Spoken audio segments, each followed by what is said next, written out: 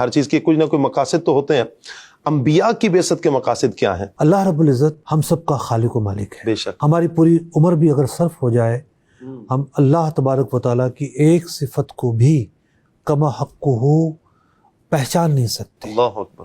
خدا وہ ہے جی کہ عقل جس کا احاطہ نہیں کر سکتی. صحیح. جس کا عقل احاطہ کر لے وہ خدا نہیں ہو سکتا. خدا نہیں ہو سکتا. یعنی ایک طرف بلندی کا عروج ہے. جی.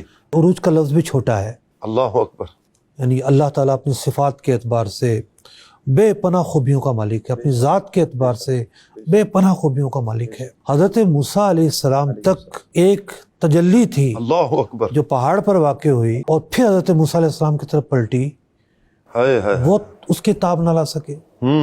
خر موسیٰ صعیقا، اللہ اکبر. بے ہوش ہو کر گر بے ہوش جاتے ہو ہیں. گئے. تو ہم کمزور انسان اللہ تبارک و تعالیٰ کے احکام سمجھنے کے اور اس کا پیغام براہ راست وصول کرنے کے جی متحمل نہیں ہے. تو اللہ تعالیٰ نے اپنے اور ہمارے درمیان ایک واسطہ پیدا فرمایا. وہ واسطہ کیا ہے کہ اس نے انبیاء علیہ السلام کو منتخب کیا. وہ انسان ہیں، بشر ہیں، جی.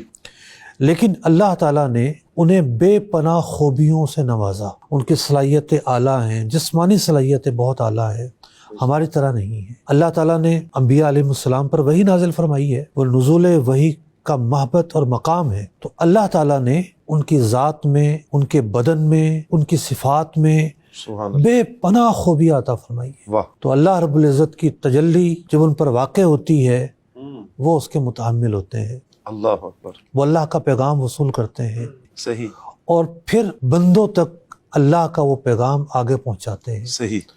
ورنہ عام بندوں میں یہ تاب نہیں کہ وہ اللہ رب العزت کا پیغام براہ راست وصول کر سکیں اور وصول کر کے اس کو آگے بڑھا سکیں. انبیاء واسطہ ہیں. یعنی اللہ اور بندوں کے درمیان انبیاء واسطہ ہیں. واسطہ ہیں. واہ. یہی وجہ ہے کہ وہ عام بندوں سے ممتاز ہیں. یہ ایک بنیادی روح ہے. پھر اگر بات عمل کی لی جائے تو اللہ تعالیٰ کے جو پیغامات ہیں، جو شریعت ہے خاص طور پر، تو نبی مکرم صلی اللہ علیہ وسلم اپنی ذات کے اندر ان حلال و حرام کے جو پیغامات ہیں ان کا عملی نمونہ ہے. اللہ تعالیٰ نے اگر نماز پڑھنے کا فرمایا تو حضور نے نماز پڑھ کر دکھایا. دکھائیے پڑھ کر.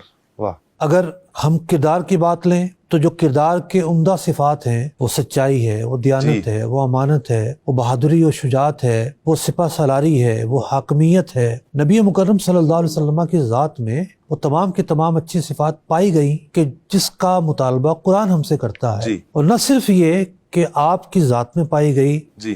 بلکہ اللہ تعالیٰ نے آپ کی ذات کو معیار قرار دے دیا. واہ واہ واہ. لقد کان لکم فی رسول اللہ اسوۃ حسنہ. نبی مکرم صلی اللہ علیہ وسلم کی جو ذات ہے تمہارے لیے اسوہ حسنہ ہے. سبحان اللہ.